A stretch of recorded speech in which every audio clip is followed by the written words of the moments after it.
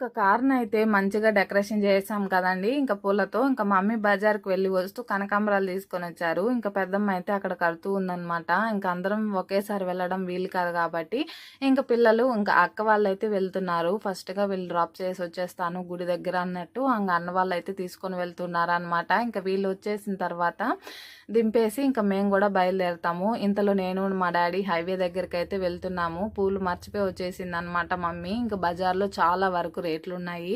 ఇంకా అప్పుడు శ్రావణ మాసం కూడా ఇంకా ముహూర్తాలు కూడా ఎక్కువ ఉన్నాయన్నమాట. ఆగస్టు నెలలో అన్నట్టు పూలు కూడా చాలా రేట్లున్నాయి. ఇంకా క్లైమేట్ కూడా వర్షం పడేటట్టు ఉంది. ఆ దేవుడి దయ వల్ల పడలేదులేండి. ఇంక ఇక్కడికైతే వచ్చేసాము. మనకి పుత్తూరు నుంచి ఇటు సైడ్ గాని వెళ్ళేటప్పుడు మీరు చూసారంటే చాలా విపరీతంగా ఇక్కడ రోడ్లో పూలు అనేది అమ్ముతూ ఉంటారు. ఫ్రూట్స్ కూడా చాలా వరకు ఉంటాయి. ఇంకా మేము వెళ్ళినప్పుడు పూలే ఉన్నాయి. మల్లెపూలు మాకు బజార్‌లో 60, 70 చెప్పారు. ఇక్కడైతే 30, 40కే ఇచ్చారు. ఇంకైతే